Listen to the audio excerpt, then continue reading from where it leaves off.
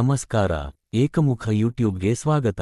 ನಮ್ಮ ಮಂಡ್ಯ ಜಿಲ್ಲೆ ಕೆರಗೋಡಿನಾಗೆ ಈ ವರ್ಷದ ಕೊನೆಯ ಕಾರ್ತಿಕ ಸೋಮವಾರದಂದು ನೆರವೇರಿದ ಶ್ರೀ ಪಂಚಲಿಂಗೇಶ್ವರ ಸ್ವಾಮಿಯ ದೀಪೋತ್ಸವ ಮತ್ತು ತೆಪ್ಪೋತ್ಸವ ಭರ್ಜರಿಯಾಗಿ ನಡೆಯಿತು.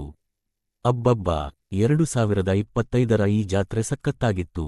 ದೀಪೋತ್ಸವದ ದಿನ ದೇವಸ್ಥಾನದ ಸುತ್ತಮುತ್ತ ಎಣ್ಣೆದೀಪಗಳನ್ನ ಹಚ್ಚಿದಾಗ ಹೊಳಿತಾ ಇರೋ ಅಂದ ನೋಡೋಕೆ ಎರಡ್ ಕಣ್ಣು ಸಾಲದಪ್ಪ.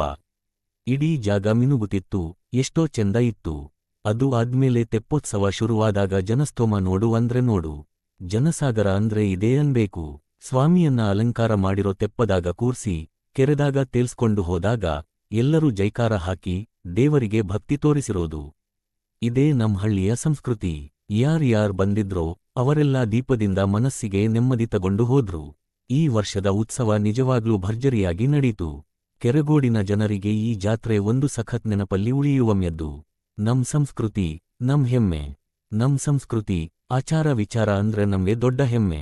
ಈ ಪರಂಪರೆ ಮುಂದಕ್ಕೂ ಹೀಗೆ ಮುಂದುವರಿಬೇಕು. ನಮ್ ಯುವ ಪೀಳಿಗೆದವರು ಇದನ್ನ ಇನ್ನೂ ಒಂಚೂರು ಶ್ರದ್ಧಾ ಭಕ್ತಿಯಿಂದ ಮುಂದುವರಿಸಿಕೊಂಡು ಹೋಗ್ಬೇಕು. ಈ ಜಾತ್ರೆ ನಮ್ಮ ಹಿರಿಯರು ನಮ್ಗೆ ಕೊಟ್ಟಿರೋ ದೊಡ್ಡ ಉಡುಗೊರೆ. ಮುಂದಿನ ವರ್ಷಗಳಲ್ಲೂ ಇರೋ ಎಲ್ಲರೂ ಈ ಸಂಪ್ರದಾಯ ಉಳಿಸಿ ಬೆಳೆಸಿ ದೇವರ ಆಶೀರ್ವಾದ ತಗೋಬೇಕು. ಅವಾಗ ನಮ್ಮೂರು ಇನ್ನೊಂಚೂರು ಚೆಂದ ಇರುತ್ತೆ. ಧನ್ಯವಾದಗಳು.